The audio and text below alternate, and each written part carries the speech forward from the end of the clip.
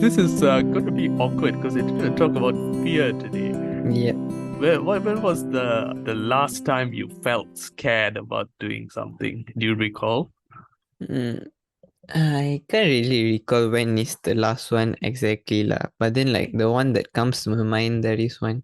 Technically for me, starting anything is already a fear, right? For me, like this Yeah, time, yeah, yeah. this time I'm entering a new gym, which is a totally new environment. And I Uh-huh. always have this fear where I need to like, I always think that people will always judge me in the gym, so it's very hard for me to like go through the first day. Oh, well, which brings me to this. We should talk about fitness one day. Just Mm-hmm. But I have no idea we what to should, say. I'll just be like, eat a lot, go to gym a lot. you probably know more than me. Well, speaking of gym, I wanted to hit the gym the other day. I was thinking of memberships and stuff, and then I found out that in a lot of places, Mm-hmm. maintenance is something that people tend to overlook. So for places that you know, places that generally aren't high end in terms of the services they offer, they're trying to cut costs here and there. Uh-huh. Well, I've sort of learned that you've got to bring your own cleaning equipment. And a lot Yeah. of them, they bring sort of cloths themselves to sort of rub down gym equipment Mm-hmm. because there's sweat on dumbbells and there's sweat here and there that Mm-mm. hasn't been cleaned properly. I think some gyms have like these strict rules where you need to bring a towel or you won't be allowed. Uh-huh. But then in Korea, in the gym that I'm going, they are offering you towel. Yeah, But then they have air conditioning inside. So there right. pretty much be no sweat most of the time. Even if there is sweat, it will dry off very quickly. For me, it's a fear starting going to the right place, picking the right Uh-huh. place. So for me, it's it's gonna be a step when I decide to actually start hitting the gym. Uh, I've got a fear of dirty things. I mean, I kind of to had to that the extent also. that it becomes a paranoia. You But know then what I like mean? once you got used to it, you're okay lah. Especially if you have a Yeah. friend that you can bring along, it should be very easy, honestly. Uh-huh. It's not really that hard. I'm trying to like recall what happened on the first day. I'm the type of person that I will kind of compensate before I start to do something, you know. I will gain Right. totally unnecessary too much knowledge even before I need to start something. Yeah. So Is when that a I good thing? Good thing or a bad thing? it's a good thing where you will be prepared for so-called worst case scenario. Bad thing is that sometimes you put your expectation too high, you will be disappointed, or sometimes you'll just be like, "Ha, I have already known like too much about it. I don't want to explore it anymore." It's like a double-edged sword in a sense. All right. So in that case, let's cut to the chase. So we started off with something light. So before we started the podcast, you're saying one of your biggest fears was what? Ghosts? Yeah, I think still Ooh. till now it still goes.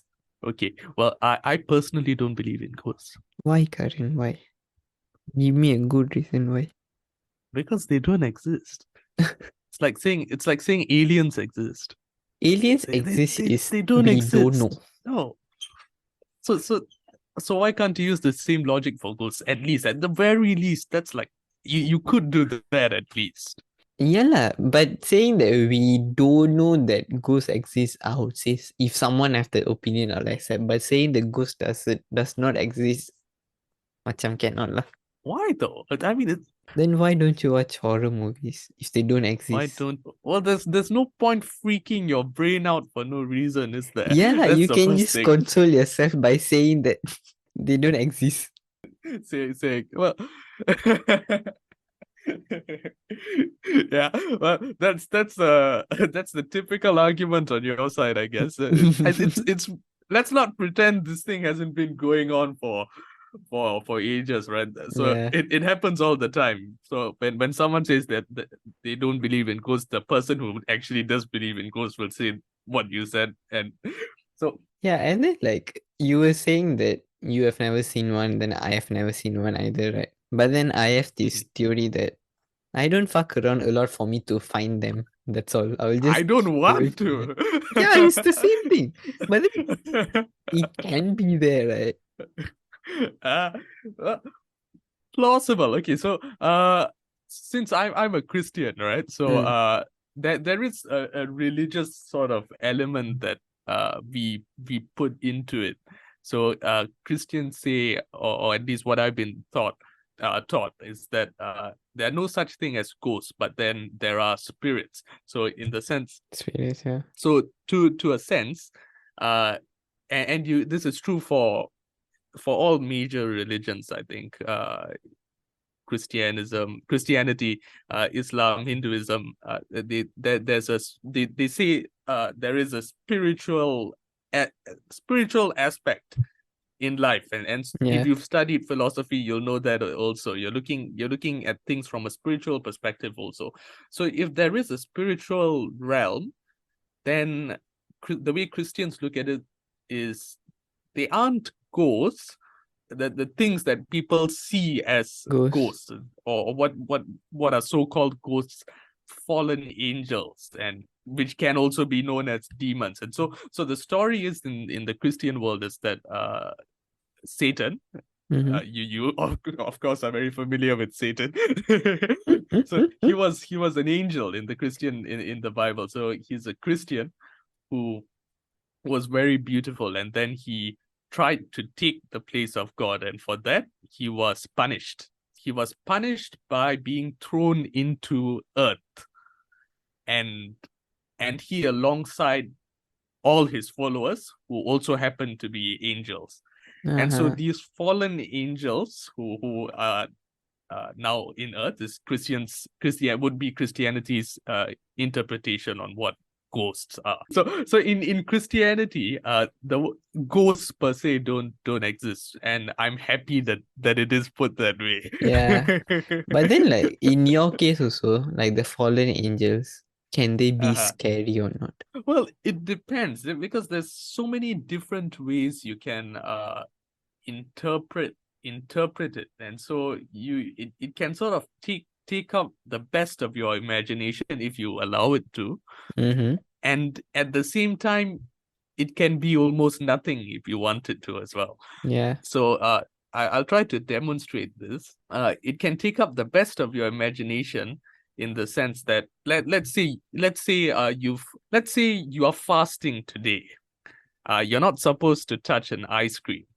Okay. But then an hour later you give in to this Temptation. urge of yours, Mm. to this urge of yours to touch that ice cream, and so you've eaten that ice cream. So that for some could it could be an encounter with the devil, in the sense that Wow. I met the devil and the devil convinced me to eat the ice cream. But then Okay. you haven't actually met the devil face to face, right? Mm-hmm. Yeah. But that's what I'm saying. It can be just how your imagination works. Or then you've got the other extreme where people actually say, I saw a ghost, I saw this, I saw that, I met the devil. He had two horns and a tail, that kind of thing. But so people interpret it in all sorts of ways. So the first book of the Bible is Genesis, for example. Okay. And some people say that Genesis is not an accurate representation of history. Okay. And the reason is because if let's say we were to follow the facts given by the Bible, then Earth would only be so many years old. But scientifically, based on the data that science has, science would disagree with that. Science would say that there is the evolutionary theory, and that Earth has been around for longer than what the Bible suggests. But then going back again to the Bible, stories that are in the Bible can be interpreted in another way. It doesn't necessarily mean that all the stories in the Bible, for example, Adam and Eve, it doesn't necessarily mean that those stories actually happened, but rather they are stories showing principles rather than things that have actually happened. It's more like an analogy lah. Yes, exactly. Mm-hmm. Analogies. So not exactly, it may not necessarily Have be to happen. historical Yeah. facts that have happened.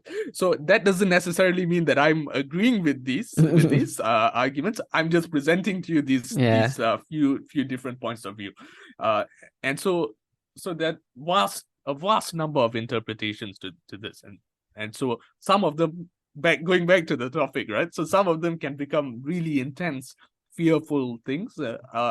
Others not so much. I guess it depends on the individual, and so because of that, because of the way I've chosen to interpret it, and because I'm generally a person who's skeptical of things like ghosts, in the sense that if I haven't seen it, I'm not gonna believe it. I'm generally that kind of person.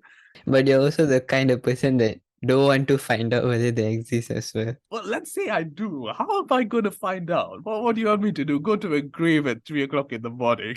You can try, but I'll never come with you, that's for sure. I'm not going to do that either. but not because I just don't want to. Let's say there is a necessity. Let's say a friend of mine actually fell down there and calls me up and says, "Hey, I've broken my leg." And I go, "Where are you?" And he says, "Hey, I hear I'm down by the grave." No question, I probably would be there at 3 o'clock in the morning. If you give the same situation to me, I'll just be hoping that I'm not the one that fell down there lah. But then I'll go. So honestly, if it's my friend, then I'm going to go. But then I'll be scared to death lah, that's for sure. But then what about you? Let me put it this way, what's your deepest fear? My deepest fear. Well, it used to be okay. I guess it still is to a certain extent, failing in life. But then that is ambiguous. So it changes day to day. So I think you mentioned this previous, right? That was your worst fear, and that's the first thing that comes to my mind. Like, you can just think about it however you want, and you're not going to fail in your life. Yeah, exactly. And because at the end of the day, let's say you failed in something, there's always something else where you can sort of like pick yourself up and carry on. Yeah. But then that would be the answer to your question, failing in life. So in that sense, I am actually facing my fear every day. If you know what I mean. I think I have that fear as well, but mine will be like me not being successful in future. Because when I was in primary school, I'll be like, by 20, I'll be a millionaire. And now I'm going to surpass my 20 years already. Yeah, like, now hello, I'm like, 21. Yeah. Like, 21 is like looking at you, laughing. Hello. Eh? now I'm like, okay, by 30, I'll be a millionaire. So like, I've already, if I'm following your fear of failing in your life, which means that I've already failed in my life already, because I didn't meet my first goal. I was gonna say the same thing. So following my projection also, because it's not like I wasn't doing the same thing. So following my projection, I've also failed in that sense. But then still we are going on, right? And the way we've looked at things has also changed. Yes, we are taking a degree, so it's not what we envisioned ourselves to be, but things have changed, and so we are just moving along with it as well. Yep, true. I mean, it makes sense because we are not going to predict the future exactly, right? It's going to change. True. What will you do if like something bad happens? Touch wood lah. If something happens with your degree and you can't finish your degree, that's worst case scenario. But let's just put it that way. Okay, so that's a form when I say failure in life, so that would be one of the first things that pop up, because it's the degree is supposed to be the hardest. Depends on the person, but most people say it was the hardest phase in their life, and I would think that it's the same to me. I definitely don't deny it so far. But I've got a sense of relief in the sense that I don't have to meet a certain expectation in order to get into something anymore. Now I just have to not worry about getting kicked out. That kind of thing. Before this it was like getting in. Let's say I fail in this. Well, then there's always another option. So this is where I go back to things change. So I am generally a capable person. And so if I let's say something goes wrong with this degree, there's always an easier degree, because the current degree I'm doing is not an easy one. So I can always take an easier degree that doesn't cost as much, or it might cost it might cost more because yeah, fine, you're probably gonna go private, if that happens. But then, given the amount of expertise that I build, I think I'd be optimistic in what the future has to hold in that sense. But the first blow will definitely be painful. Yeah. Yeah. And then like my question to you will be like, you technically have a backup plan if your life so-called failed. Then how can it be the biggest fear of yours? Well, because the burden is not on me. The burden will be on my parents. So financially, the money is not coming out of my pocket. Yeah. It's going to come out of their pockets in the end. I can take a loan. That's what a lot of students do in the US, right? So I can do that. So who's gonna write the signature at the end of the day that says, oh, if I can't pay the loan for some reason, there's going to be another person who's going to be the backup for that. So who's that going to be now? Your parents. Still my parents, or still someone else who I know. So in that sense, it's still a fear. In a way, you're being a burden for someone else, even though they're not going to say Yeah, it to you directly. Like that's going to be the situation. exactly. Yeah. Exactly. Totally Yeah. understandable. Yeah, makes sense.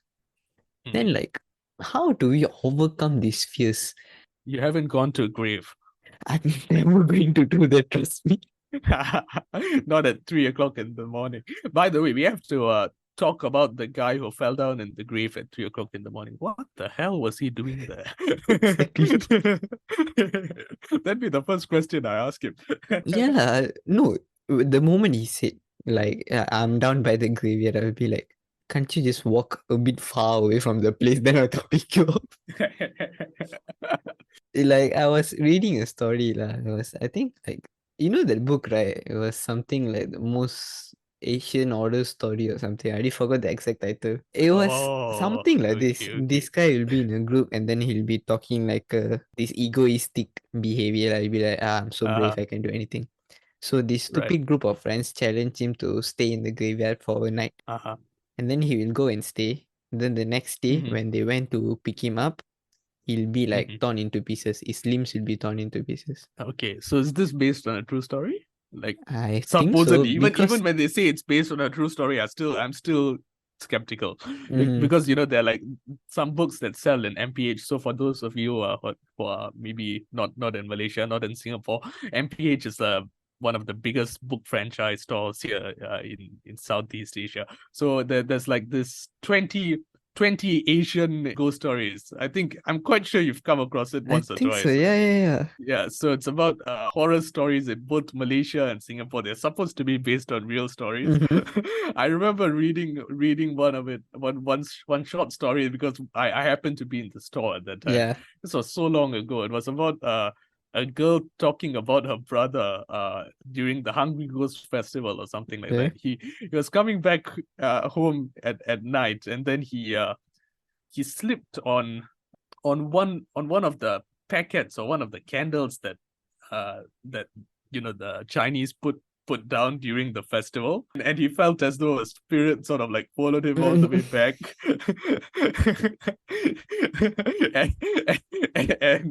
and they did all sorts of stuff. I can't remember how, but I think it got off him, or whether it like continued to be with him. The book, I can't remember. It was so long ago now since I read the book, but I remember being freaked out about it for a whole week. But then now when I look at it, I'm like, no, I'm so skeptical about it. Yeah, because like whenever I tell some of my friends, right, that I'm actually scared of ghosts, most of their replies will be like, I think I'm scared of humans more than ghosts. Like these serial killers, people suddenly intruding your house. Yeah, humans can go crazy, man. Yeah, I mean, in a way, I kind of agree. Humans sometimes can be scarier than ghosts. But then, like, to just conclude that ghosts can't be scary is just something that I can't understand when other people say, like, ghosts are not scary. If you say ghosts don't exist, like your point, in that way, you can say that you are not being afraid of ghosts. I can understand. But saying that, yeah, not scary, lah. It's like, in a way, you're undermining someone else's fear and also think that you are so big that you can overcome anything. Before we take a short break, I want to bring this up. Do you know there's some communities in Africa where they bury people alive for a day. It's sort of an experience, I think, or it's a ritual. I'm not so sure. I've done some reading on it. Have you? Oh, a day so Have you they'll heard be of it alive before? the next day? Yeah, What just for a night. the hell?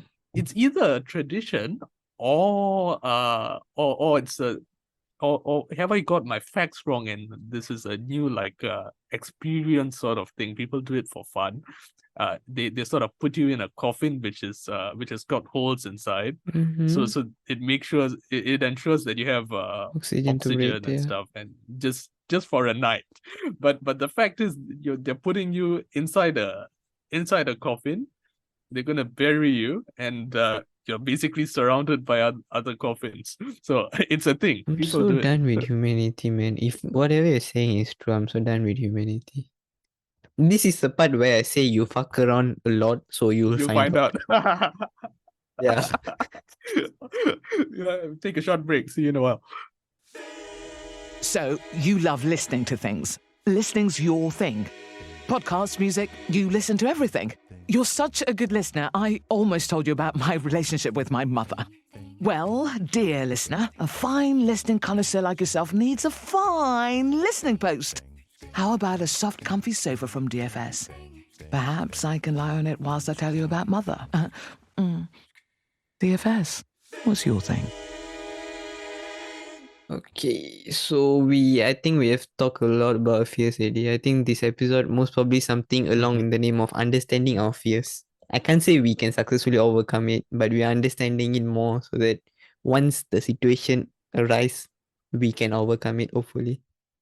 And okay, ending session. Karan, have you prepared anything? Yeah. So as usual, so we if you listen to our last episode, we've started a new segment where we ask a random question to the next person. So Yeah. in this episode, it's my turn to ask you, Yuvaan.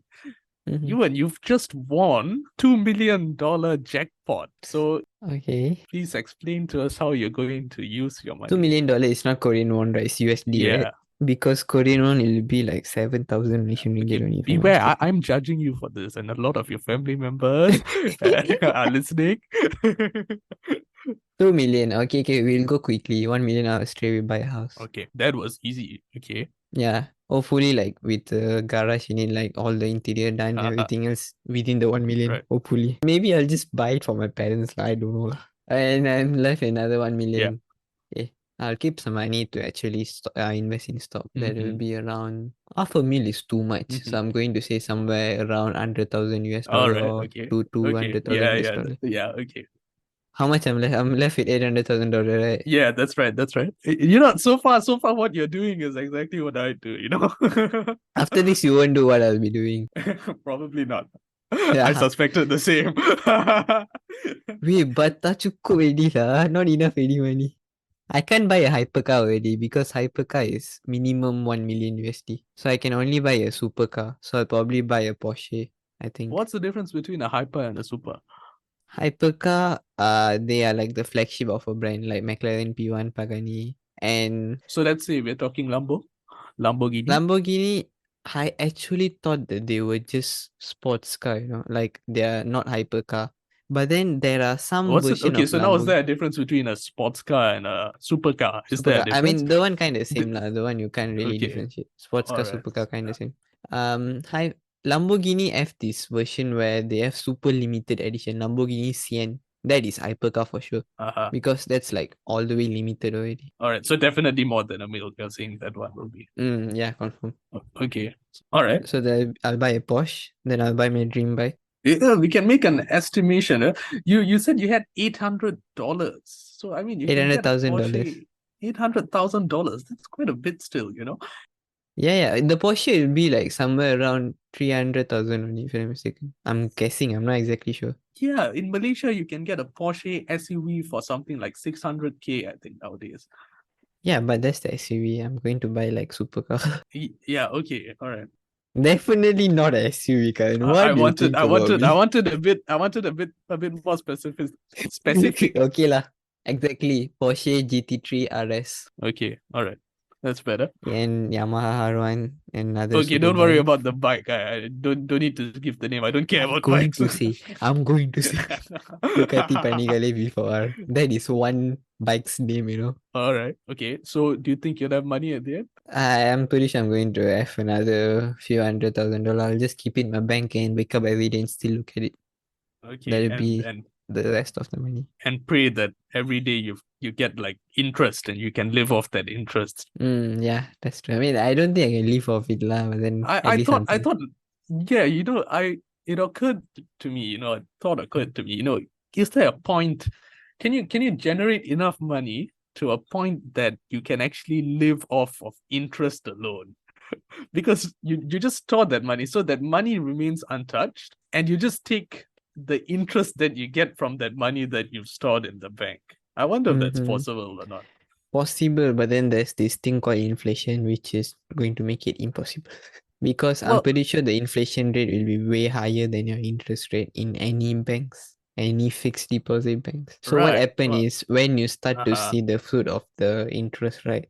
At that Right. point, that money won't matter much to you already. It will be useful, but not to the extent where you can live off it. I see. Oh, Okay, wow. your Okay. turn, your turn. You want me to do the same thing? Yeah lah, both of us. Oh, then sure. Same. Oh, okay. All right. No, I'd do the same thing. Buy a house. Uh-huh. So a house, I'd probably spend 1 million as well. And then what was the other thing you said? Stock lah. Yeah, stock.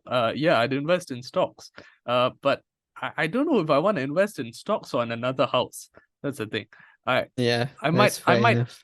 let's say I'll definitely set aside 200K for investment, but I think I Uh-huh. might do 100K in a maybe property like land or house, or Mm-hmm. maybe a few properties, and then the other 100K I'll put inside stuff like stocks, yeah, equity. So stocks, index funds, stuff like gold and all is considered what? I can't remember now. Minerals. Well, there's a term for it. There's a term for those minerals, raw materials, gold, petroleum. Yeah, so I put some inside that as well, and then the rest I'd spend on a car, and Finally. I wouldn't buy a motorcycle, that's for sure. Of course. No shit. Throw parties every weekend and live off the rest like a happy, satisfied old man. Yeah, the reason why I asked you this is very interesting, is because after during Chinese New Year, I think I read an article.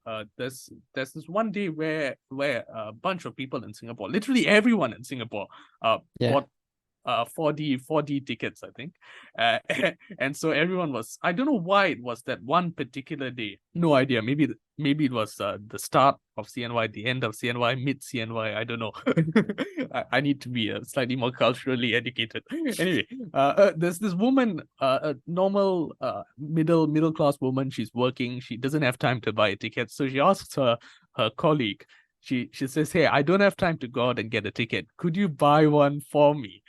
And so the woman goes out because the colleague bought the ticket, So but it's then with her. it is with her, and they didn't meet after that for just by coincidence. She probably would have passed the ticket to her at some point, Mm-hmm. but she found out that that ticket was the winning ticket before that. The rose, yeah. And so when the person whose money it was that actually paid for the ticket tried to contact the person who was holding the ticket, she Mm-hmm. found out that her colleague had actually cut off all relations with her, social media, messaging, phone numbers. She probably changed her phone number for all I know. Anyway, Yeah lah, should be lah. it was crazy. So the things people can do. So don't trust anyone too much. Always have a backup plan or something. If there's anything we could learn from that one episode. But it was, I was looking at the article and I was thinking to myself, oh well, how things are these times. Mm-hmm. Okay, then everyone comment what you guys will do if you guys get 2 million. And if you guys stay until the end, thank you so much. Goodbye. Bye.